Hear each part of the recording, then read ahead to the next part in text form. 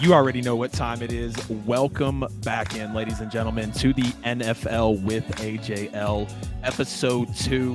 Feeling great being back on the show, ladies and gentlemen. I am Adam J. Lewis, of course. Wanted to initially thank everyone so much for welcoming me back with warm, open arms. The social media content has been great. You already know, check the QR code for every bit of our content. We're on podcast platforms now, ladies and gentlemen.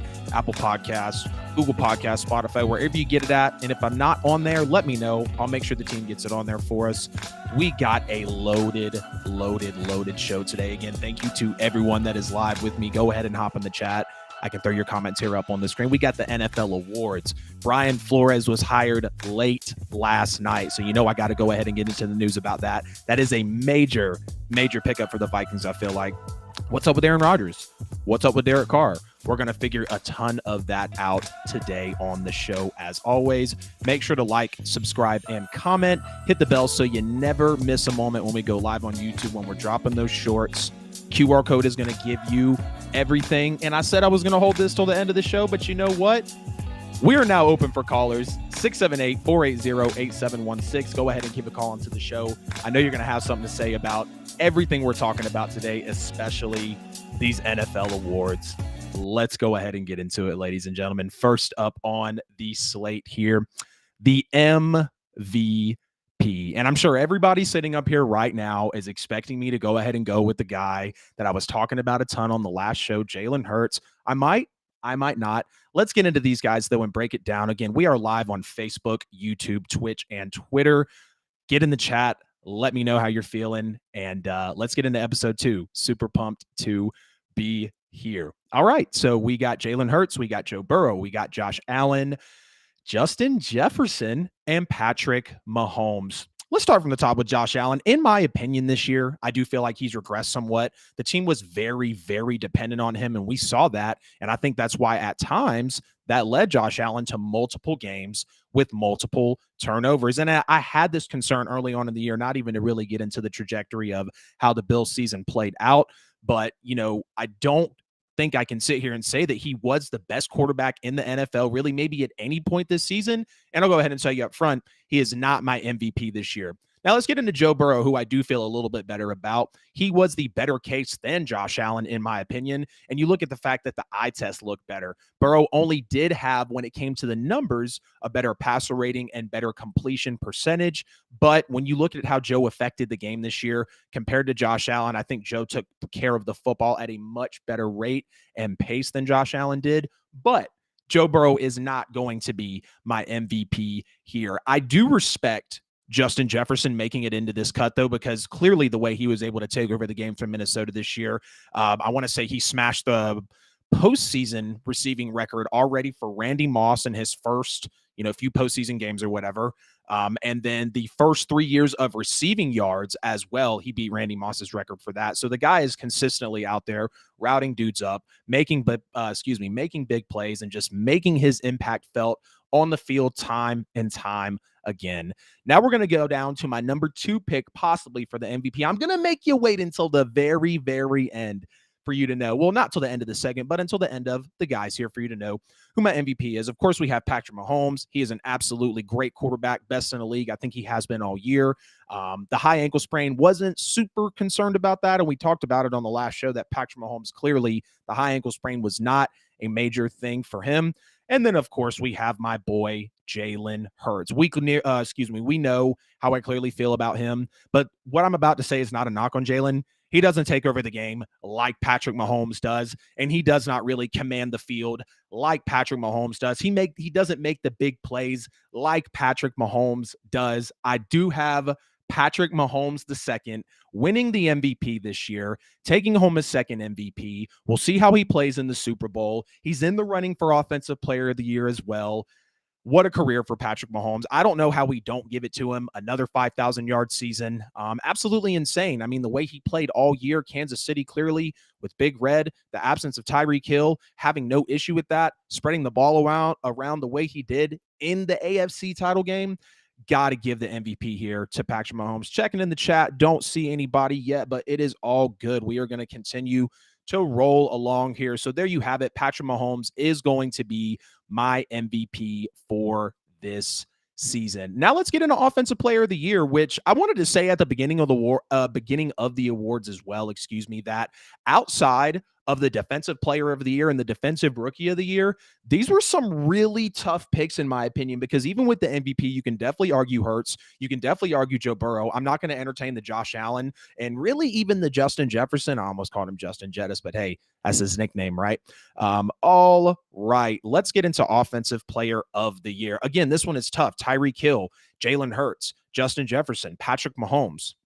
Let's start out. I mean, you heard what I had to say about Patrick Mahomes. You heard what I had to say about Jalen Hurts. You heard what I had to say about Justin Jefferson. Tyreek Hill did absolutely great this year. We know that. And I was pretty shocked by the way him and Tua were able to mend, the way he was still getting his share of targets next to Jalen Waddle. We were having conversations in the year already of of Tyreek Hill potentially breaking that receiving record that we had seen from Calvin Johnson. Obviously, in the previous years, setting those records with receiving was absolutely insane. And to know that Tyreek Hill actually had a chance to chase that at not in the middle point, but we saw it kind of towards the 3/4, last few games of the season coming down. Tyreek Hill was in the running for that. My Offensive Player of the Year is going to go to Justin Jefferson, though. I think he was the best receiver in the league this year. Led the league. Another category I can't specifically remember. I know a lot of people would probably say Tyreek. I know a lot of people would probably say Mahomes. I know a lot of people would say Jalen Hurts as well. And again, these awards are tough. No doubt about it that they are tough, but I am going to give my Offensive Player of the Year to, geez, I'm looking at the chat and getting messed up, Justin Jefferson. Hello, Taylor. Thank you so much for popping in on the chat, saying hey to me. We got a few people in the live. I appreciate everyone again on Facebook, YouTube, Twitter, and Twitch. We're on the NFL with AJL and my personal Facebook as well. Ladies and gentlemen, like I mentioned, we are welcoming callers into the show this evening, 678-480-8716. Who's your MVP? Who's your Defensive Rookie of the Year? Am I saying something you don't agree with? Is there something you want to hear on the show? Whew, these awards are rolling. We are rolling here with the show. Up next, we have our Defensive Player of the Year for 2000. And I always want to say 2023. That messes me up because it's the 2022 season, but it's getting selected in 2023. And it's like if I Google it for the odds, sometimes it's pulling up next year. Anyways, we're talking about, these guys here. We have Micah Parsons, we have Nick Bosa, and we have Chris Jones as well. And when you take a look at Nick Bosa, how do you turn down 18.5 sacks for the entire year, leading the NFL in sacks, leading the NFL in quarterback hits, and he had 13 more quarterback hits than the next closest guy. So clearly you see the way that he's affecting the game for the 49ers right now. He was also tied for second in the NFL in tackles for loss. He knocked down 4 passes and he forced 3 fumbles, which was tied for 4th in the league. It was crazy. There was, I swear, over 15 players on that list that had 3 forced fumbles, and then even 7 or 8 that had 4. So the gap was very narrow for these guys. So to know that he was effective enough as a playmaker actually to rank there, clearly you have to give your hats off to him. Chris Jones did have 15.5 sacks, and we know what Micah Parsons is, but I'm sure you could tell by the way I leaned into that there. I am going to have Nick Bosa as my Defensive Player of the Year. Again, 18.5 sacks, led the NFL in sacks, led the NFL in quarterbacks hits. He was 4th in the league in forced fumbles. He had 4 knockdown passes, and he was 2nd in tackles for loss. Nick Bosa was all over the field. I don't know how you don't give it to him. Now let's get into an interesting situation where Brock Purdy has a case. I'm not going to make a case for him, but when you look at being pick number 256, literally being Mr. Irrelevant, the very last pick in the NFL draft, and you actually have your team in the NFC Championship with all of that looming around you, that's very remarkable. And let's be real, we don't know if we will ever ever possibly see something like that happen again, considering the system. Shanahan's system is all over the league, but knowing how he just stepped in at the right time. His only loss was unfortunately in the biggest game of his career, in the NFC title game. I have a lot of respect for Brock Purdy, and I love what he's done. Let me make sure I get the right graphic up here on the screen for y'all. Offensive rookie of the year. Yes, I wanted to make sure we had that right. Georg Saints, Michael Darby. I know you at a restaurant, man. Thank you so much for tapping in. Hey, I told you I was going to say it on the show. If you bless me with your presence, man, you'll you can have a couple decisions on what we'll do on here. Appreciate everybody tuning in, though. Got to get the water. You already know we're not even. We're 10 minutes in. There we go, 10 minutes in, and I think I did good. To hold off on the water so far. But we're not here to watch me drink water. This isn't an ASMR gulping show like we like to see on TikTok with the microphones next to our throats. Getting way too much into detail, but it's actually just crazy to me how some people will soak that content up. LMAO, yes, sir, checking in. You already know, Darby. I'll show you here on the screen, man. Thank you so much for checking into the show tonight. All right, enough of water drinking and Georg Saints. Let's get into the Offensive Rookie of the Year. Like I was mentioning, everything about Brock Purdy, love what he's done. Very respect it very, very, very heavily. But I don't think he had the true impact that a Kenneth Walker, that a Garrett Wilson actually did have on the field and actually for their team. And him being in that system and not playing a full season and not having that true impact, unfortunately, didn't help him whatsoever. Now, let's take a look at Garrett Wilson. 83 catches for 1,100 yards and 4 touchdowns. He was catching passes from Zach Wilson and Mike White in the midst of a team that was trying to turn it around. Not the greatest quarterbacks to be throwing to you.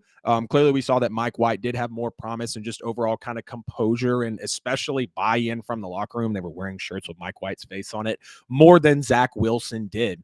And then we take a look at Kenneth Walker. 228 carries as a rookie. 1,050 yards, 9 touchdowns as a rookie on the ground. That's not easy stuff to do. You're talking about the Saquons of the world that are able to deliver double-digit touchdowns. You're talking about the Nick Chubbs of the world, possibly. You're talking about the Todd Gurleys of the world when you get into high touchdowns like this. Of course, we saw Jonathan Taylor, Derrick Henry do it. So when you bring those types of names around, and especially with Seattle needing a running back before the whole let Russ cook thing, they were a run-first team, and that's what kind of people were kind of knocking on Pete Carroll for. 228 carries, 1,050 yards, 9 touchdowns. He seemed more explosive, in my opinion, and his effect on the field really felt the most impactful of the 3 guys that are on here: Purdy, Kenneth Walker, who I'm speaking on, and Garrett Wilson. And, you know, the 3 guys that made this cut, I definitely feel like Kenneth Walker had the most explosion without a doubt. It already feels like he's a star running back now. And, I mean, let's just be real. When some of these explosive running backs come into the league early, we saw what it did for Derrick Henry. We saw what it did for Nick Chubb. We saw what it did for Todd Gurley. Kenneth Walker could very well be the best running back in the NFL next year. That's not a hot take. That's not saying that he's going to burst onto the scene and be way, way, way better than everybody else, but it is a good possibility. I know Seattle's going to see this. I know they're going to buy in on it. Pete Carroll, again, yes, he was letting Russ cook. Geno Smith got back to his thing, but Kenneth Walker with this presence is going to be great for Seattle at this moment. So Kenneth Walker is going to be my Offensive Rookie of the Year. Want to give a quick shout out to Chris Olave. Super hate that he got snubbed. Also hate that Drake London got snubbed as well. But when your quarterbacks aren't necessarily the greatest or even average, unfortunately, you're not going to get looked at for the accolades. Just checking back in the chat. Nobody. It's all good. Let's keep rolling. We got the Defensive Rookie of the Year. And like I mentioned, outside of Defensive Rookie of the Year and actual Defensive Player of the Year, everything else was super tough for me.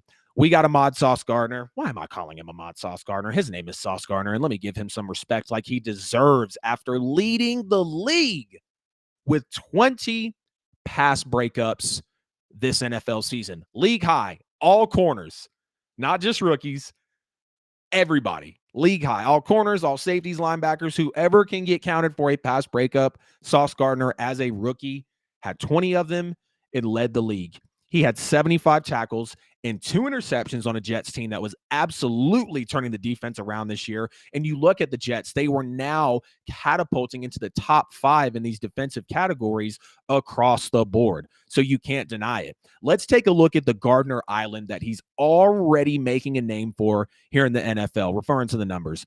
9 catches for 70 yards in 2 games against Tyreek Hill. 6 catches for 29 yards and a touchdown against Jamar Chase. 7 catches for 45 yards and a touchdown against Justin Jefferson. Oh, but he gave up touchdowns to Chase and Jefferson. Yeah, it might be the first and second best receiver in the league. Come on now. He also had 1 catch for 3 yards against DK as a rookie.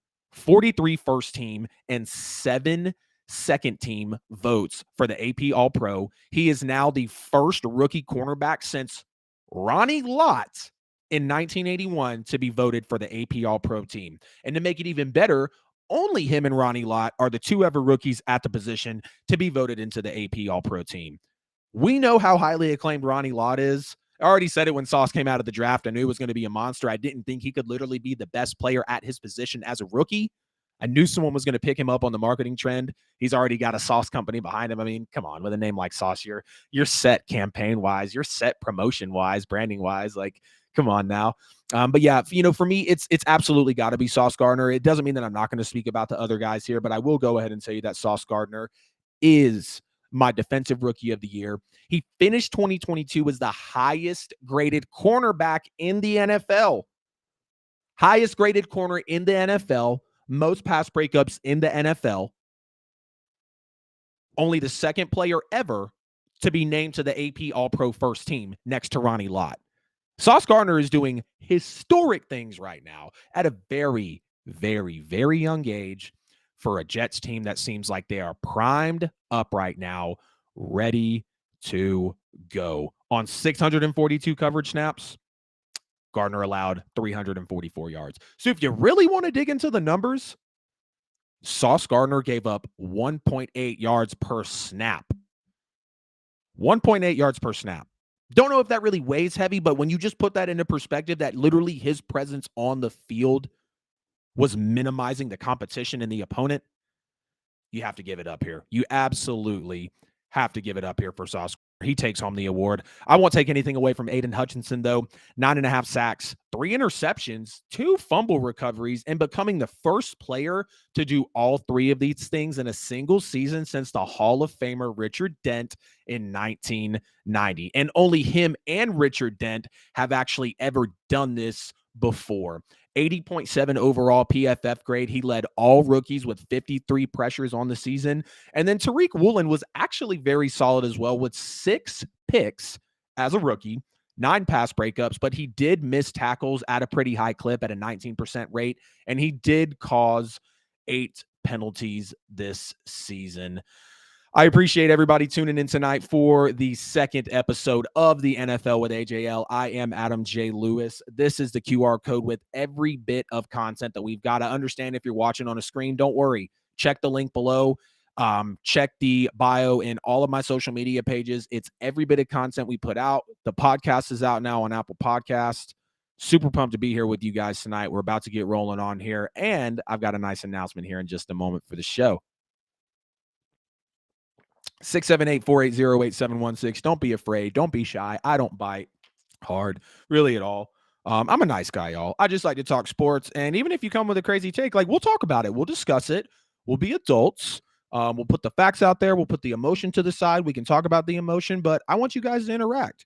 Got someone over in the chat here. What's going on, everybody? Chris Guerra, good to see you in the house tonight. Wesley Davis, what's going on? Let me drop these graphics real quick so I can give the chat some respect. Going for the Eagles because of 2 former Titans on the team. Hey, there's nothing wrong with that. I'm having an exclusive Super Bowl episode on Friday. It's going to be really nothing but Super Bowl content and obviously reacting to the NFL awards that are happening on Thursday. And of course, we're talking about the awards now. So I don't want to speak too much on the Super Bowl just yet. If you're looking for a Friday show that's going to be super packed with the Super Bowl and content coming out all weekend for it, right there at the NFL with AJL on all platforms. Too bad the Jets have no quarterback. We're going to talk about that at the end of the show because I am very, very impressed with what the Jets have done this year. Despite their quarterback position, I think they're pretty set up right now. What's up with your boy Tom Brady's new pictures? Here we go. Here goes the appearance of Chris G on the NFL with AJL. Shout out to him, guys. If y'all don't know who he is, he was a consistent caller, a consistent shit giver, to say the least, on Petty Sports. Just overall a great guy, honestly. He was always coming with the comments. Let's see. What's up with your boy Tom Brady's new pictures, though? Yeah. I mean, Tom's retired, man. Right? Tom's retired. He's chilling. He's technically single. Like, you saw the background in that picture. Basically, what was it like? I don't know, the Bahamas, the Maldives, whatever. He was clearly in paradise, or what so looked like paradise to me.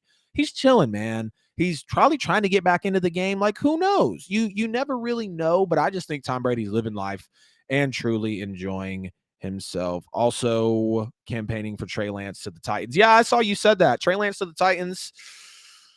I mean, the trade for Trey Lance clearly, isn't, I think, a major issue for other teams because he's cheap and he hasn't been paid yet. Yes, second overall pick. So he's going to carry a hefty rookie contract. I think Kyler Murray made, which isn't a lot in a span of 4 years, but I think Kyler Murray made like just shy of 9 or 10 million a year over his 4 years, fully guaranteed as the number one overall pick with his rookie quarterback contract. And I'm not saying it's the same for Trey Lance, but acquiring him would be easy for the receiving team, but I know San Francisco, again, like I just said in the reel before I went live that I posted, I just don't see San Francisco, or rather, how does San Francisco move off of him in a way that's justified? He hasn't even thrown 200 NFL passes. Like, he hasn't even played a ton of snaps yet, or even a sample size of snaps. That was a problem in college. So it's a really sticky situation for Trey Lance right now, and I really hate to see it, but it is what it is. Trey Lance is the biggest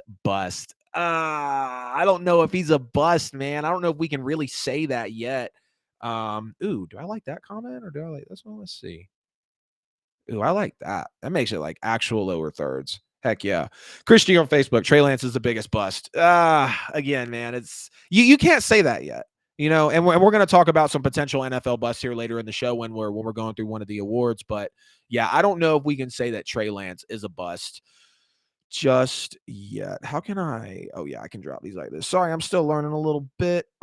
Let's see. We just finished up that defensive rookie of the year. Now let's go on to coach of the year. I think this drops us here. Yes, it does.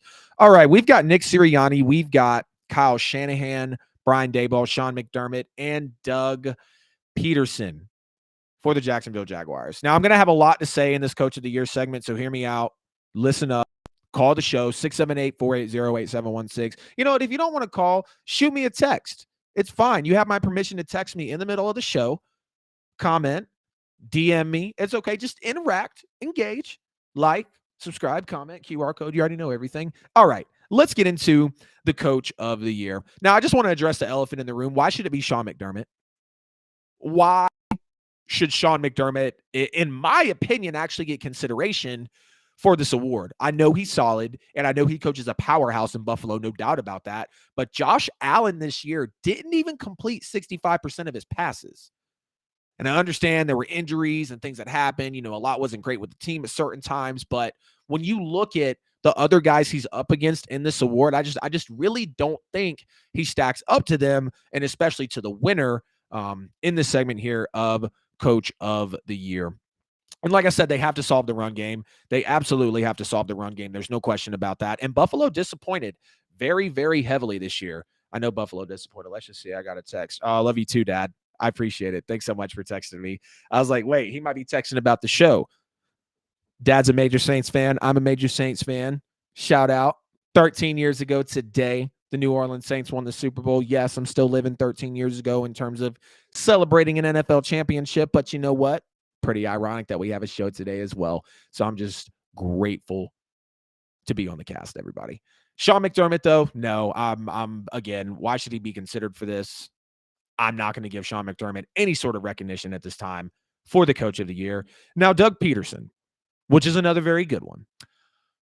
Did we forget that he just won a Super Bowl 5 years ago, though, in Philadelphia with Nick Foles over Bill Belichick, and he put up the most points ever on a Bill Belichick Super Bowl defense? Did we forget that? Did we forget he had an MVP in Carson Wentz before Nick Foles actually had to come in and save the season? Did we forget that Doug Peterson really had that effect in Philadelphia and then was fired shortly after? And the dude had just won a Super Bowl, 3 seasons? I think he was 3 seasons removed from the Super Bowl, and they fired him. No, we know he's capable of this. And yes, Jacksonville did get turned around very, very quickly in terms of what happened last year. But when you look at the fact that Urban Meyer was never the guy, he should have never been there. And, it's calling for Doug Peterson to win it because of what he's done in Jacksonville. But to me, here's how I break it down. Some people are like, oh, well, with Coach of the Year, just because they're good at their job doesn't mean that they can't be Coach of the Year. That's true. But I also look at it the fact of, did you do something as a coach or elevate a player as a coach or affect a team as a coach that we didn't really see coming before? For me, with Doug Peterson, Trevor Lawrence was the number 1 overall pick. Doug Peterson is 5 years removed from a Super Bowl. So when you put the two of those together, it's a recipe for success, if you ask me. Take it whichever way you want it. It's perspective on Coach of the Year. Not Doug Peterson for me, though. And that's not a knock. He has a way, way, way better case than Sean McDermott, but I'm not going to give it to Doug Peterson yet. We'll see what happens on Thursday, though. I think again, a lot of these awards are wide open. If it's not Defensive Rookie of the Year, Defensive Player of the Year, they could go so many different ways. Now, Kyle Shanahan, again, we know how great he has been for years in the NFL. I just mentioned that his system is all over the league. He's one of the best in the league. And, he did wonders with Brock Purdy as the last pick of the draft, getting him to the NFC Championship. But again, we know Kyle Shanahan is great. In his case, maybe it could be even better than Doug Peterson's because of doing it with pick 256. But the past resume of being a great coach, and I know this is coming off very odd, but when it gets so tight, again, did you as a coach elevate a player or franchise in a way that we really didn't think was possible? And again, that does call in Shanahan's favor. Pick 256 of the draft. Did we really expect Brock Purdy? Rather, if you would have told me at the beginning of this NFL season that the San Francisco 49ers will be a Super Bowl contender with the very last pick of the NFL draft under center, I wouldn't have believed you, man. I absolutely wouldn't have believed you at all. It's like if you would have told me that Aaron Rodgers had the season he did and the Super Bowl champs weren't even going to win 8 games. The NFL season was crazy. Again, though, Kyle Shanahan does fall under good criteria for this, but he's not going to be my Coach of the Year. Nick Sirianni, 1 seed in the NFC. His first year as a head coach, he took the Eagles to the playoffs. Now he's in the Super Bowl. His quarterback is in the MVP and the Offensive Player of the Year conversation. And his team is the most balanced in the NFL. Now, again, here's my caveat for not giving it to Nick Sirianni. Jalen Hurts has always been him. Always been him. My antics were in the last show. Don't worry. I'm not another Jalen Hurts rant incoming. But Jalen Hurts has always been him. I don't need to elaborate anymore on that. So when you have Jalen Hurts, I don't care when he was drafted. Clearly, it was silly. I don't care what did or didn't happen to him in college. Jalen Hurts has always been him. So Nick Sirianni was already dealing with a prodigy. Again, you might not like it. That's okay. Call the show, 678-480-8716. I'm going to check back in the chat here real quick because I see we got some folks. Let's see. I'm just glad the Niners lost. Brian Dable, Doug, Justin, what's good, my man? Good to see you tonight, man. Doug Peterson. Let's go Saints. There we go. We got the supporter in the house. Let's go Saints. Justin's going to leave the show now because I'm talking about the Saints. He told me when I was at the Hill that he would. And then we got him up here with the Saints suck. Yeah, I should have known you were going to eat up my comments, man. I should have known you were going to, but hey, it's okay. Y'all already know that I love my New Orleans Saints. And Chris, since you said it, I'm going to go ahead and throw it up here. Brian Daboll, even though you can't spell brother, unfortunately, got all the respect for you. Well, not that you can't spell, you just couldn't do it right there. Brian Daboll is going to be my Coach of the Year, and here is why. And this was such a tough pick. Like, for me, it was down to Daboll, Peterson, and Shanahan. Honestly, it was. But Brian Daboll bringing something out of Daniel Jones that no one thought was possible. I've been wrote Daniel Jones off. I've been scratching my head since they picked him, just like the Giants fan that was on camera when they picked him so high out of Duke. He played for Duke, I think. I don't know, some blue school. I can't remember. The accuracy and the mobility were at career best with Daniel Jones, with over 700 yards on the ground, with 7 touchdowns on the ground, and 67% completion. I know he only threw 15 passing touchdowns this year. I totally understand that. But along with the most yards ever in a season for Daniel Jones at 3,200 yards, a career low in fumbles. The kid fumbled 19 times in his rookie year. He fumbled 6 times this year. A winning record for the Giants under Brian Daboll, and finally less than 10 losses for the first time since 2015. To me, that checks the boxes. You elevated a player in Daniel Jones. You were a rookie head coach. First and foremost, you were a rookie head coach coming from a powerhouse in Buffalo. And then with the wins. I mean, he, again, elevating the player, the wins, rookie head coach. It's great. It's great. Brian Daboll is 100% my coach of the year. Now, before we get into the final awards here for comeback player of the year, well, actually not even that. Yo, what's up, Anthony? Good to see you, man. I was actually just popping back over here real quick to go ahead and switch these graphics up. All right. Comeback player of the year. And this one, I think by far was the toughest one. I don't know if there was a better spread for an award than the comeback player of the year this year. So we got Saquon Barkley. And we knew what Saquon was absolutely capable of. He just had his best year, ironically, since his rookie year. You look at his rookie year, a little over 1,000 yards and 9 touchdowns. You look at it this year, 1,300 yards and 10 touchdowns. So Saquon Barkley, best year since his rookie year. And you look at the fact that people were calling him a bust. People were saying that he wasn't worth it. People were saying that he was a one-hit wonder. And for everybody out there that was saying that, you're an absolute fool. Because if you weren't watching Saquon Barkley in his rookie year, or in Penn State, or even in his second year when he wasn't healthy and he was hobbled and still ran for 1,000 yards and 6 touchdowns. His rookie year, he ran for 1,300 yards and 11 touchdowns. Basically did the same this year, just 1 less touchdown. His second year when he was hobbled, still ran for over 1,000 yards and still had 460 just about receiving yards. Almost 1,500 scrimmage yards when he wasn't healthy.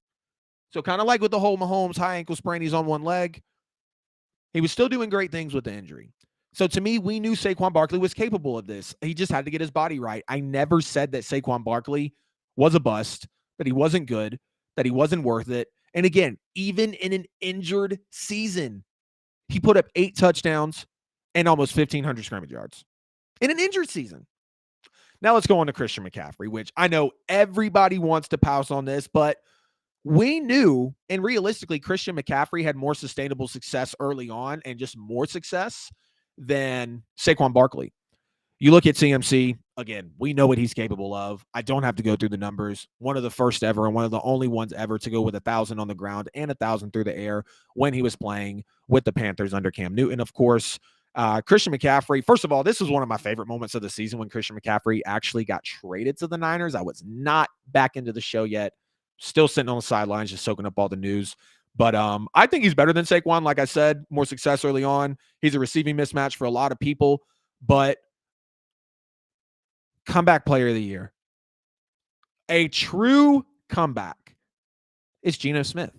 It's 100% Geno Smith because we did not know Geno Smith was actually capable of this. And don't tell me that and please don't sit here and tell me that you knew Geno Smith was able to lead the league in completion percentage, was able to have over 100 passer rating this year, 30 touchdowns, 11 picks, and a career high in yards. Geno Smith in his rookie year had 12 touchdowns, 21 interceptions, a little over 3,000 yards. His second year, he had, looks like about 2,700 yards, 13 touchdowns, 13 interceptions. After that, he essentially went on a 6-year hiatus in the NFL. Excuse me. Got to make sure we're hydrated here. He essentially went on a 6-year hiatus in the NFL. People wrote him off. He didn't write back. Again, one of the best lines that was dropped this season along next to Joe Burrow's "The window is my whole career." Some great one-liners that were dropped this year, man, truly. But you look at the fact that he was 8th in yards, Again, first in completion percentage at basically 70%, fourth in touchdowns. Only Jimmy G and Patrick Mahomes had a higher passer rating, and those are kind of skewed. I don't try to look in too much on passer rating because it's literally a mathematical equation of like the situational passing and what you should have completed. Like you can spike the ball into the ground X amount of times and still get a passer rating than if people actually played the entire game and just had a bad game. And that's facts. That's been proven based on how they calculate it. So I don't try to look too much into passer rating. But there was all the pressure on him when it came to replacing Russell Wilson, how the Seahawks would be bad, how Pete Carroll wasn't going to be able to do it. But Pete coached him up enough. And Geno was a top 10 quarterback this season, and no one thought he could do that. Again, the league wrote him off, and he didn't write back. Got to give it up to Geno Smith. Absolutely got to give it up to Geno Smith. Let's see what we got in the chat here. Geno balled out this year. Yes, Geno Smith absolutely did ball out this year. And I was really happy for him, man. Like, genuinely, I was. I was very, very happy for Geno this year because he played himself into another contract. He extended his NFL career. He really did so much in just one season. He's got great players with him. He, is in a division where he could still win some games. So it's going to be good. It's truly going to be good for Geno Smith. Ladies and gentlemen, this episode, let me drop this chat. Ladies and gentlemen, this episode is sponsored by Buy and Sell with AJL. If you're looking for any of your worldwide real estate needs, look no further than Buy and Sell with AJL. If you're looking to get into a dream home, if you are looking to get an investment into your portfolio for some retirement plans and passive income on the cash flow, or if you're just wanting to sell the house and cash out on your equity, you need to make sure to hit up Buy and Sell with AJL on all social media platforms. And also, if you're actually wanting to stay in the know of real estate, worthy real estate news, not all of these daunting media headlines, go ahead and check the description, put your info into there, and you will stay up to date on actual true real estate news. Had to give a shout out to the sponsor here. Thank you so much. Second episode, and we've already got the support, so I cannot thank the people enough for actually being out here for me on the comeback. And don't y'all forget, 678-480-8716. Call the show. Text me. Hit me up. That QR code. The link in the description. The like bell. The subscribe. The like bell, Lord. The like button. The subscribe button. The bell. Make it ring. Make it happen. Let's make it shake. And now, I'm going to have to get into some New Orleans Saints talk. Just a little bit. Nothing major. Nothing too major. But we did make some puzzling, kind of, really more yes than no puzzling hires. Unfortunately, Dennis Allen is still here. Unfortunately, Pete Carmichael is still here. Some of the firings we made were absolutely stupid, but now we have officially hired Joe Woods as our defensive coordinator and Todd Grantham, who actually had a lot of SEC ties and had a good stint with Georgia and was just overall really tied up in the SEC. We hired Todd Grantham as a defensive assistant as well. And both of these hirings are meant to supplement the defense. We'll have another loss, so we'll talk about it at the very end of this. But again, we won't be too long here on this news. So Joe Woods spent his last 3 years with Cleveland and his first 2 years of the being in the league with the Denver Broncos. So he's had 5 years in the NFL. He was a 2014 Raiders DB coach, and there were reports that Dennis Allen brought him in because that was the year that DA was still with the Raiders. He knew him from his time with the Raiders, and that was also the year that Dennis Allen went 0-4 and got fired just after 4 weeks, essentially a month into the season, after going a total of 8-24 over the previous 2 seasons. And then, of course, this year with the New Orleans Saints, he's 7-10. But just speaking to that 2014 timeline, that is where this Joe Woods hire came about. So you look at his numbers over the 5 years. He was top 5 in defensive yards per game, given up twice. He was an average of 12th in the league in defensive yards per game over that 5-year span, 18 on average in points per game, an average of 14th in rush yards per game, and an average of 11th in pass yards per game. So in my opinion, we just hired a middle-of-the-pack coach after going 5th in yards, 2nd in passing yards, 24th in rushing yards, and 9th in points per game. We're going to go out and hire a guy that doesn't even meet the average of any of those outside of the rushing yards per game, which when you look at it, 10 spots up, 14th. Yeah, that's great, but it's still middle of the pack. We remember those days with the New Orleans Saints to where 100-yard rushers weren't a thing. We were top 5, top 3, top 2, the best in the league in defensive rush yards per game. I remember those moments for the New Orleans Saints, and I'm hoping Joe Woods can bring that back because we do still have a Dennis Allen. We are still having question marks at the quarterback position. I haven't liked the offseason moves so far. I'm crossing my fingers and praying for the draft now that Sean Payton is out. But at the end of the day, we really won't know how the defense is going to shake out. It's the only thing about not having a co-host is when you got to get the sip of the water, you just got to deal with the silence. But hey, it is what it is. I'm right back to entertain. No worry to run. Y'all need to trade Kamara. Whoa! Whoa. That's what I get. I bring up the Saints and someone raises my damn pressure. Here's the real thing about Kamara, bro. It's like every running back. They're only going to have about a 3 to 5 year of like spotlight on them, consideration for top 3, top 5 in the league. Offense is really clicking through them. Offense is really built around them. Kamara's contract is untradeable, unfortunately. Here's the realistic thing about the Saints. Even with moving off of Michael Thomas in time, we restructured our, the contract with him to save us a ton of money. He would have cost us almost $60 million to keep him. We're still going to pay, I want to say $10 million plus just to cut him. Kamara's contract is rough. And then you look at the fact that the only true tradable player, I dug deep on this, shout out to After Further Review with the Saints. Super love that radio show on ESPN. A lot of the contracts are real bad chance, and I hate that. I really, really hate that some of the contracts are as bad as they are. And unfortunately, Kamara is one of those contracts to where he's just not going to be able to be traded. It just will not happen, my man, unfortunately. Now, Todd Grantham. And this one kind of makes me excited because he's a very, very aggressive defensive coordinator style. Deep SEC ties, like I said, between Georgia, Florida. He's got a ton of NFL experience and primarily with defensive linemen. He worked with the Colts, the Texans, the Browns, the Cowboys, all defensive lineman positions at that time, except when he was with the Browns, and he was actually a DC there at one point. Now, we remember the days, or it might have been Joe Woods, excuse me. I might have my notes a little wrong here. That was a DC there for Cleveland. Now, again, we remember the days of the Saints' NFL streak of not giving up 100-yard rushers, being top 3 in those yards, like I was mentioning. Having those defensive guys in Rankins, Malcolm Brown, David Onyemata, Cam Jordan at his peak. The interior defensive line was tough. But then you look this year, we were 24th in the NFL in rush defense, like I mentioned. The Saints rotations are just getting older, unfortunately. The Saints finished 5th in the NFL in sacks this year, but the leader was Cam Jordan with 8.5. The second was Caden Ellis. Yeah, the Caden Ellis who played with Pete Warner was hurt. Caden Ellis was in there. Then you had the third on the team was Demario Davis. So your second and third leading sacks on the team were linebackers. Then you go and take a look at David Onyemata had 5.5. Davenport had half a sack. Peyton Turner gave you absolutely nothing. That's a bust right there. Didn't really care for the Peyton Turner pick. Didn't understand it. Hasn't done anything on the field. So as far as I'm concerned, that's a wash.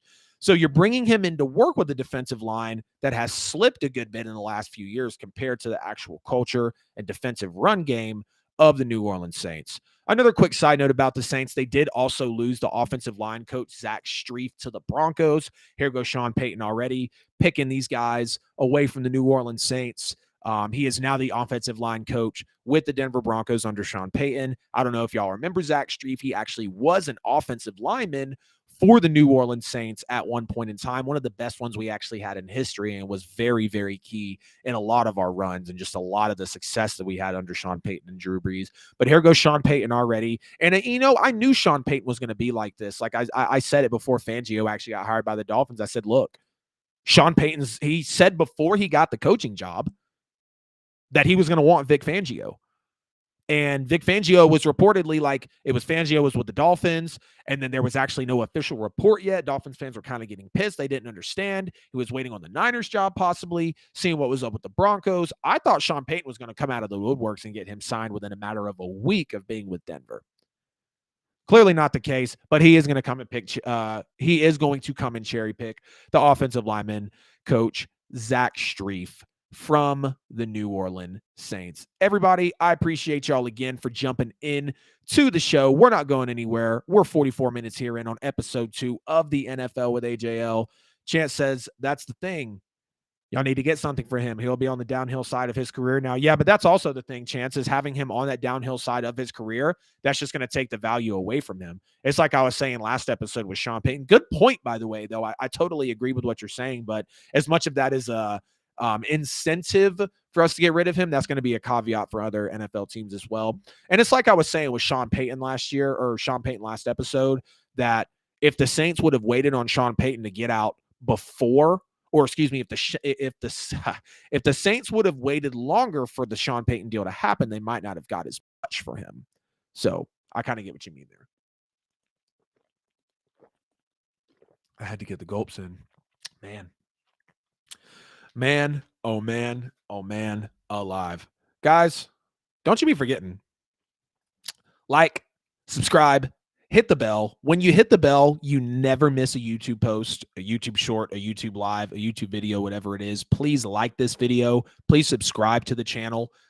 Get in the comments as well. You know you got the QR code here. Like I continue to mention, you know you can call the show, 678-480-8716. Ladies and gentlemen, Patrick Mahomes and Jalen Hurts are making history in the Super Bowl in a way that we've never seen before.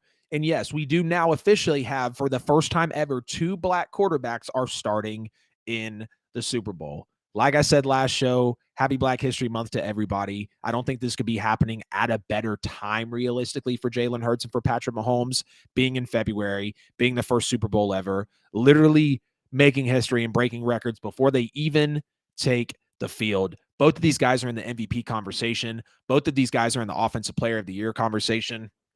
And when you really just look at the fact that both of them in their college days and even in their early NFL days were doubted. Oh, Tua took Jalen's job. Oh, Patrick Mahomes was so reckless. Oh, wow, the Chiefs shouldn't have traded up to take him at 10. You had Chris Carter and Shannon Sharp on tape saying that they didn't like the pick. Jalen Hurts taken in the second round after Carson Wentz gets a ton of money unloaded. They just backed up the Brinks truck to Carson Wentz. And then they go and draft Jalen Hurts. It's a lot of controversy. You see him on the sideline getting pissed off. Like, there was a lot happening in that Jalen Hurts drafting time to where it really took a lot away from his career. And Patrick Mahomes, again, getting drafted early. Big Red with the Chiefs, Andy Reid moving up to get him, believing in him, doing what he knowing what he saw in him. And, you know, and I don't mean to like shed a light on a sore part of a subject, but it's like knowing that black quarterbacks at one point were not meant to play. We're considered not smart enough for the game. We're considered that they didn't prepare enough for the game, that they just weren't physically able to play the game. We look at the Donovan McNabbs and the Patrick Mahomes and the Jalen Hurts and the Michael Vicks of the world, and we're like, that's absolutely not true. We look at the Kyler Murrays and the Russell Wilsons of the world now. When we look at a lot of players, and of course, to me, it doesn't matter. My whole dad's side of the family is mixed. I'm mixed myself, so I'm totally behind this. I love to support the fact that we have 2 black quarterbacks starting in the Super Bowl right now. It's great. Again, it's Black History Month. Like, it couldn't have happened at a better time. And not only is the Super Bowl the biggest NFL game, not only is it the biggest sports game, arguably, obviously the World Cup and soccer just always kills it, but it's one of the biggest events in the world. The Super Bowl is one of the biggest events in the world. Recorded over 50 million adults this year. Bet over $16 billion with a B. $16 billion were bet on the Super Bowl this year by 50 million plus adults. So you know those guys are going to be watching. One of the biggest events of the year. The biggest event in the NFL, one of the biggest events in sports, 2 MVP caliber guys that are in the conversation. They're in the biggest game. Both of their teams were the 1 seed. They're both in the Offensive Player of the Year conversation. They both were doubted when they came into the draft. They both were kind of doubted in college. It's great. It's seriously great. It could not have happened at a better time, in my opinion. Hats off to it. Absolutely. Hats off to it. Again, ladies and gentlemen, this is episode 2. We're not going anywhere. Episode 2 of the NFL with AJL. We've knocked out the NFL awards. We haven't gotten to Brian Flores yet. We haven't got to the Rodgers and Carr's possible trades yet. We're moving along. We're going through it. Episode 2 is alive and well. Want to check the chat here. Michael Darby says, Saints made a mistake taking Ruiz over Jalen Hurts. Yeah, I'll agree with that. What, Michael, why do you got to do that, bro? Why? Didn't even realize that, man. I love the game too much to have not realized that. I love the Saints too much to not have realized that. Saints made a mistake taking Ruiz over Jalen Hurts. I might just end the stream. Like, I really might just end the stream. No, I'm just kidding. That was a gem, though. Definitely agree, man. Let me leave that one up there. Of course, the Saints made a mistake taking him over Jalen Hurts. Imagine what could have been. Definitely imagine what could have been. I mean, Ruiz is one of the worst offensive line picks we've had in a while. Clearly what Jalen Hurts has done. I mean, I've said everything about him in my first 2 shows. I feel like I don't even have to talk about him for the rest of my podcasting career. That's how much praise I've already given to Jalen Hurts. So yeah, I mean, definitely imagine what could have been for the New Orleans Saints. All right, but let's get on a higher note here. The news broke late last night. I was laying down at about midnight or so, getting ready for the show today. Some final touches coming. I'd already made the lower thirds. I had already made the live thumbnail, lesson learned there. And the news breaks that the Vikings have hired Brian Flores as their next defensive coordinator. And this is huge. This is absolutely huge and is going to have so many implications on a team that has needed a true defensive coach and some defensive presence for a while now. Absolutely great hire. Absolutely great, elite, spectacular hire for a Minnesota Vikings team that just had a pretty awesome season. We know he should have never been fired by Miami. That was a very puzzling move when it happened. He is a huge, huge players coach. People know that. He listens to his players. He's highly acclaimed around the league. He's very respected. And he was actually a finalist for the Cardinals head coaching job. The GM was talking directly with Brian Flores down in Alabama. Brian Flores spent almost a decade under Bill Belichick. He spent a season under Mike Tomlin. He was a head coach for the Dolphins. And again, he should have never, ever been fired at that point. I think the Dolphins, I don't remember, but Brian Flores, I think the Dolphins had 4 wins. Brian Flores basically came in, doubled the wins to 8. And then the next season, I think, won 9 or 10 games and got fired. And obviously he was suing the league, assistant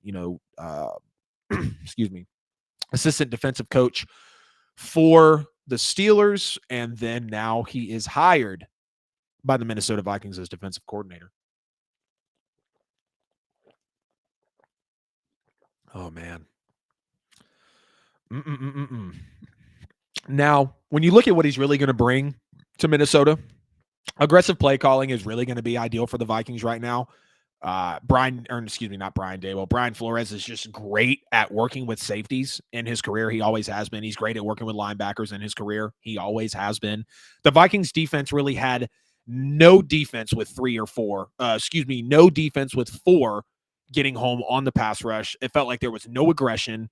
The Vikings need these blitzes that Flores is going to bring. They need these zones. They need the zone blitzes. They need the delayed blitzes. They need the corner blitzes that are actually going to be brought to the table by Brian Flores.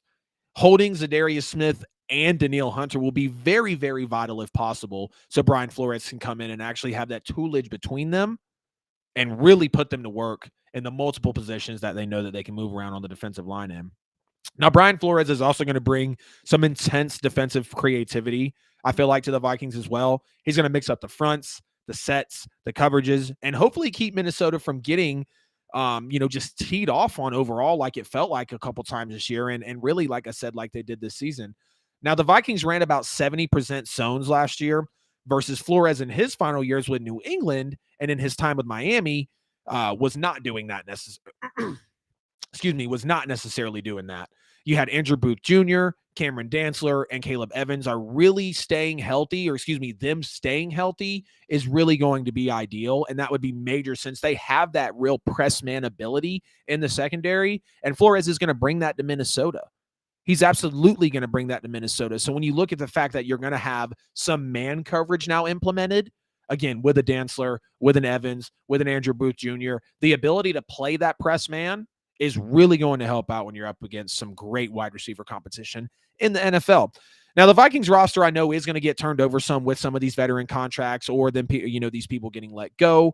I know he's going to be looking to mold Asamoah, Lewis Seen, Booth, Evans again, like I've just mentioned. And we've seen Brian Flores really be able to coach up these young guys.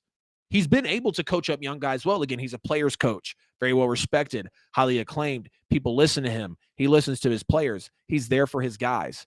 Being a player's coach, I think, is extremely underrated. And when you look at the situation of the Vikings needing to turn that defense around, every player is going to want to be heard. They need to be heard so Flores can make a game plan around them and actually make it impactful, and they'll play with passion for the Vikings. And not that they haven't before, but being able to coach up the young guys, having the discipline, having the no-nonsense approach is going to be very, very major for Brian Flores. Now, let's take a look at some free agents that I know are tied to Brian Flores, and these are going to be cheap guys, essentially, that are going to have value.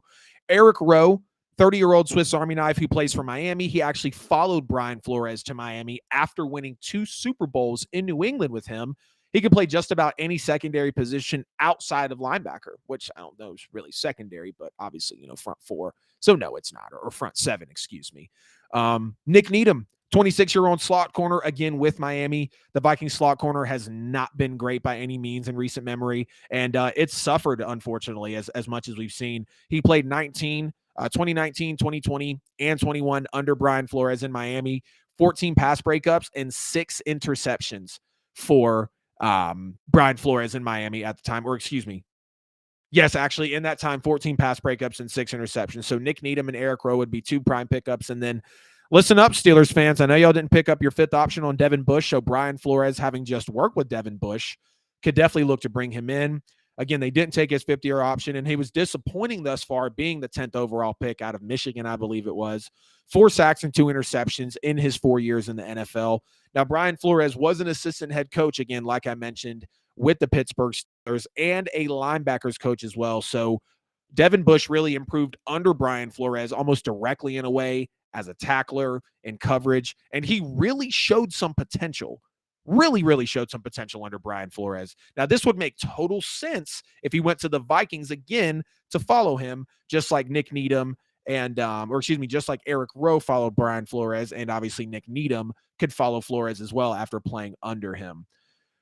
Getting towards the end of the show here, ladies and gentlemen, we've got some trades on the horizon that we have to get into. But again, I want to thank the sponsors of Buy and Sell with AJL for sponsoring our second episode here. Again, for your worldwide real estate needs, do not look any further than Buy and Sell with AJL at Buy and Sell with AJL on all social media platforms. If you're wanting a dream house, if you're wanting to get an investment property, if you just want to sell it and take advantage of the cash and the equity that you actually have in your home, don't hesitate to contact them. Again, worldwide. Any place you want to buy in the world with Keller Williams Realty First Atlanta. That's where Buy and Sell with AJL. Technically, you hang your license as a real estate broker. Under them, it's the largest real estate brokerage in the world. They are worldwide. They can find you a house anywhere, an investment anywhere. You can sell with them from anywhere. And if you want an update and actual true real estate worthy news about real estate, not the daunting media headlines, go ahead and check the link in the description. Submit your info through there, and you will stay up to date with all of the real estate news that is actually important and pertinent. And it's not just going to be what the national media is showing you, trying to scare everybody. And just a news flash, if this little sponsor piques your interest, the market's not crashing. It's a great time for buyers. And Buy and Sell with AJL will definitely be able to help you out with that. And really be able to explain that in a lot better of a way, in an easier way than it is to understand, as the national media likes to put it towards us. All right. Oh, are we in here? Yes, we are. Yes, we are. Aaron Rodgers is now in talks to be traded. He has a no-trade clause, of course. We know about the no-trade clause. And if he did try to get sent anywhere else, he could say, hey, I'm not going to go play there. It is what it is. Like, not happening. You can forget about it. So he's really going to have a good, picking and choosing, type of battle here to determine the next part of his career. So let's start with the New York Jets. And I wasn't a major fan of when I heard this. Jets not really well ran. Just a lot of kids, a lot of, not necessarily goofiness, but it's not the greatest culture right now in the NFL. Harsh media. It's like, would Rodgers want to go for that? Being single, just wanting to live the best parts of his life. Is that realistically a place that Aaron Rodgers would want to go? Now, for years, the Jets have been pointing to the future for a couple years now. And the Jets said that they already said that they will go all out to sign Aaron Rodgers. Now, when Joe Douglas was hired as the general manager in 2019, he set out to get the team in better salary cap shape. And then he started moving assets to acquire that draft capital. And the biggest one of those clearly was Jamal Adams when he moved him into Seattle, which brought back 2 first-round picks. Now, when Robert Saleh arrived in 2021, it felt as if everyone knew that major changes were going to be happening soon within the New York Jets organization. I mean, you could just see it. You could feel it. We had a lot of talks about just the energy that Robert Saleh brought to it. People were saying on TV within just a couple of days of the hire that the Jets were going to win 10 and 12 games. I was never necessarily on that, but Robert Saleh, new energy, new coach. Clearly, he's very smart. He did a lot of great things with the 49ers, and that is what earned him this job here. Now, here was kind of the thing, right? They were going to be treading water with a rookie quarterback in 2021. They were teaching young players how to win necessarily in 2022. And then they were going to go for it this year in 2023. So for the first 2 months of this season, it felt like they had arrived early. They were playing with house money. They had nothing to lose. And they kind of were looking to be a playoff team. Then they lost the final 6 games of the season and spent January watching the postseason at home instead of playing it in the NFL. Now, it was very clear this past season also that the quarterback was holding back the New York Jets. The quarterback position was clearly holding back the New York Jets. We saw that multiple times this year. And even when winning games, Mike White looked better. They were being held back by quarterback position even when they were winning games. Mike White looked better than Zach Wilson, but wasn't enough to take them over the hump and actually to get to the top like this culture, like this franchise, like these fans actually want with the New York Jets. The world is absolutely out on Zach Wilson. The locker room is out. The numbers show that we're out on him. The talent's not there. The league is out. They are out on Zach Wilson. They're not looking back to him. They're absolutely not looking back to them. And that's why I have this tangent or this take here about Aaron Rodgers going to the Jets. Because they cannot continue to be held back by the quarterback position. Now, of course, you got to worry about Quentin Wilson extension. You got to bolster that O-line. You got to bring back Quincy Williams and Sheldon Rankins as well. Miss him over in New Orleans, of course. Now, this defense, we know it's playoff caliber. You've got Quentin Williams, Sauce Gardner, Garrett Wilson, Breece Hall, Elijah Moore, Elijah Vera Tucker. These guys are future stars. Some already consider them stars in the league. Clearly, Sauce Gardner, Breece Hall's looking great. Garrett Wilson, obviously. Just great guys overall in their first year. I wish I would have seen Breece been able to finish it out. But bringing in Aaron Rodgers, I mean, like, we know what he's capable of. And this would be a perfect bridge situation. Maybe he comes here for a year, 2 years, 3 years. I think he gets you to at least an AFC championship, and it wouldn't be crazy to say a Super Bowl. The defense is there. I know the culture and the coaching is like really the biggest, but one of the only turnoffs there. The offense clearly has a lot of weapons. You would have it to hang with the offensive line as well. So Aaron Rodgers to the Jets, as much as I didn't like it at first, actually seems like a viable spot for him to arrive in. Now, you take a look at the fact that the offense was 25th overall in yards with just under 320 a game. They were dead middle of the pack in pass yards per game and 4th worst in points per game with just 17. They are out on Zach Wilson. They need a quarterback, and I believe Aaron Rodgers could be that solution for the New York Jets right here. Again, guys, call into the show, 678-480-8716, 678-480-8716. Hit me up on social media. Comment on the video. I see the chat from all platforms on here. Wherever you are at, let me know your take that you've got for the show this evening. Now, he's ruled out the 49ers, unfortunately. We can't do anything about that, but I think we all know that would be great. Brandon Ayuk, Deebo Samuel, the offensive line, what the defense has so far, Christian McCaffrey, George Kittle. Like, it would be insane. The culture, the coaching, like he would have the full package in San Francisco. Don't really feel like I need to elaborate on that if you're in the game. Excuse me. Well, yeah, if you're in the game of football, if you watch the game of football, if you report on the game of football, you know that Aaron Rodgers to San Francisco realistically, I feel like, again, could be the best arrival spot for him. Better than the Jets, and not in a bad way, but not by like a whole lot. Well, no, let me take that back. I will say it is by a whole lot, but nonetheless, Jets and Niners, great landing spots for Aaron Rodgers. I know he's ruled out the Niners as well. And then you have the Dolphins. Hear me out here on the Dolphins. You got a left tackle in Teron Armstead. You've got awesome weapons in Tyreek Hill and Jalen Waddle, who are the fastest guys in the NFL right now. You've got Mike Gesicki as well. You have an amazing city by the beach. You get out of the Green Bay like he's possibly wanting to this year with the trade, and you soak up some of that awesome weather. It's an amazing situation in Miami. Tua's health does concern me. I know for all the Tua fans out there, they're going to go insane on me, but let's be real. I felt like every time there was an actual report or a story about Tua, then it was, oh, Brady's going to come in. Oh, possibly trading for Deshaun Watson. Oh, what would this trade package look like with Tua to get Miami over the hump? Those types of articles are still out there with as much love as people have for Tua. And I'm concerned for his health. The concussions scare me. Again, great bridge situation, or maybe Tua is still viable. You can rework some money somehow, let him sit behind Aaron Rodgers, one of the smartest guys in the league. This could really change the trajectory of the next few years for the Miami Dolphins if Aaron Rodgers actually came over. So again, Miami wouldn't be horrible. Left tackle, Tyreek Hill, Jalen Waddle.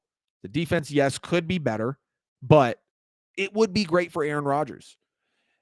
And then some people are talking about the Las Vegas Raiders, which, again, reuniting him with Devontae Adams, giving him not a George Kittle, a Darren Waller, but it's bad culture. I don't really like the coaching. I don't like the defense. It's not a great organization. So when you look at the Raiders and the Jets, you don't really like the coaching or the culture in either one. You feel better about the coaching in New York than I know you feel about the coaching in Las Vegas. The Jets have a defense. The Raiders don't. The Niners and the Dolphins feel like the best. But if I'm going to say a true realistic landing spot for Aaron Rodgers, it's going to be the Jets or even, unfortunately, the Raiders. I can just see how people are getting behind it, reuniting him with Devontae Adams, giving him a Darren Waller. But I think personally the two best spots are Miami and San Francisco. I know he's ruled out San Francisco. I don't really think I've heard talks of Miami, but just looking into it, it would show you that. And out of those two, I would like the New York Jets. Now we're down here to the last topic of the show, ladies and gentlemen. Derek Carr trade destinations. Could he go somewhere? Yes. Will he go somewhere? Yes. They've already gave him permission to talk with other teams. Now, one of the interesting ones here, of course, I'll throw the Jets out there. Of course, everything I just mentioned. We know the defense. We know, again, because I know this is going to be a separate clip. Elijah Vera Tucker, obviously, Elijah Moore, Breece Hall, Garrett Wilson, Sauce Gardner, Quinnen Williams. The defense is elite. The culture feels like it's turning around. Robert Saleh has come in as a coach and just provided a great spark and energy for these guys. So we know that the Jets would be a good landing spot for Derek Carr. I thought the Bucs was an interesting one as well. You have a weak division. The Saints are confused. The Falcons and the Panthers are going to be the Falcons and the Panthers. We know who they are. The Bucs have won the division 2 seasons in a row. They've got Chris Godwin and Mike Evans, so it feels like it wouldn't be a major drop-off from a Devontae Adams and a Darren Waller. It would be a reduction, but not intensely, because we know the duo of Chris Godwin and Mike Evans as well. And this could show the people that he can win and win some playoff games. The division's weak enough. You get in there, maybe win, I don't know. Let's just say 10 games, maybe get him a little more money in the bank, maybe get him another bridge quarterback job, maybe get him a final landing spot to finish out the last, 4 to 6 years of his career. Maybe that could be in Tampa. Maybe we see it. I don't know. We have another one in the Washington Commanders, and you look at the fact that because they were 8-1, they did leave now with the number 16 overall pick. but they should have a decent amount of salary cap space to upgrade under center this year. And not only to be able to upgrade under center, because of course, when you trade the player, you trade the contract as well. Derek Carr does have a no trade clause. Also, he's getting paid $40 large a year. So it is going to be interesting with how these things can play out as well.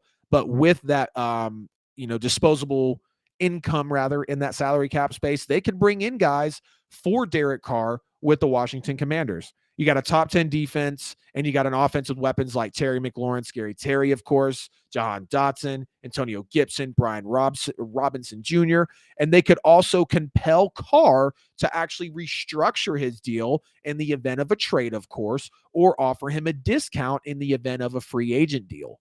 So there's a multitude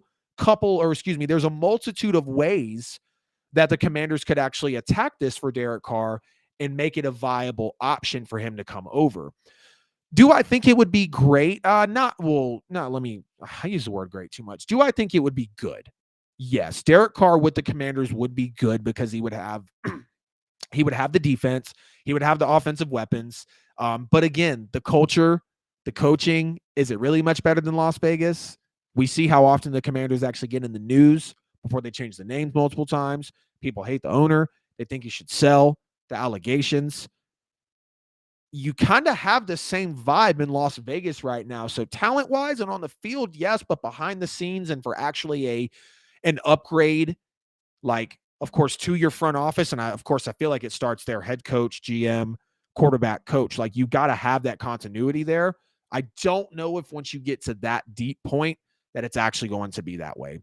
And then the best for last, maybe not in your opinion, maybe it's not the best for last, but I am going to think that the New Orleans Saints have that the New Orleans Saints have a case to actually go get Derek Carr. And reportedly, the Saints either have or they're willing to offer this year's 3rd and 4th rounder for Derek Carr. Now, that wouldn't be horrible. That really wouldn't be horrible. Again, you trade for the player, you trade for the contract. I know he would have to get a restructure because we're about $60 million roughly over the cap. I think it's $58 million to be specific over the cap right now. But you looked at the Saints either have or they're willing to offer a 2023 3rd and 4th rounder for Derek Carr. You've got an Alvin Kamara, who we talked about it earlier in the show. It's kind of on the downhill, but I think you get him back in the right system. I wish it was someone different than Dennis Allen and Pete Carmichael, or you get him back with the right quarterback that can really use him properly. I think you're looking at a different version of Alvin Kamara. Chris Olave, who was snubbed from the Offensive Rookie of the Year, over 1,000 yards with the multiple quarterbacks he played with. You got Rashid Shaheed, who the Saints signed as an undrafted rookie free agent and has actually been doing pretty well for the New Orleans Saints. The first 2 touches of the guy's career were touchdowns. You look at Jawan Johnson, who's actually taken a leap for the New Orleans Saints, and I'm very, very impressed by that.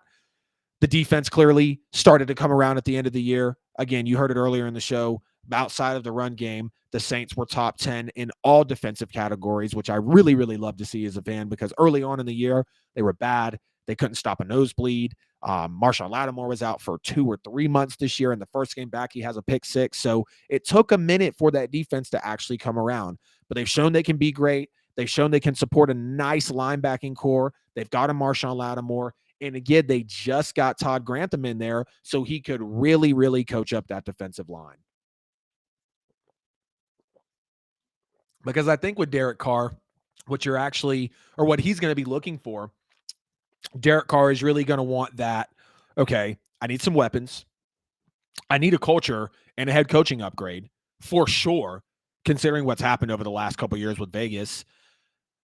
And I need a defense. Because that has always kind of been a drawback of Derek Carr's career, is he's never had that defense that can actually take some of that pressure off him and let them get to the bigger game. Ladies and gentlemen, that is going to conclude episode 2 of the NFL with AJL, and I highly appreciate everybody that tuned in. Please don't forget to like, subscribe, and comment below if you're live on YouTube, Facebook, Twitter, or Twitch. Follow me, whatever you got to do to engage. Hit the bell on YouTube so you don't forget when we go live, when we post a clip, when we post a short. The NFL with AJL on all social media platforms. Check it out in the description, or you've got the QR code here if you can scan it on your screen. Again, I want to give a shout out to our sponsors, Buy and Sell with AJL. Check them out for all of your nationwide, worldwide real estate needs. Link in the description as well if you want to stay caught up on all of the latest real estate news that actually matters. It's not the headlines. It's not the daunting media. This has been episode 2 of the NFL with AJL. We will see y'all in the next one.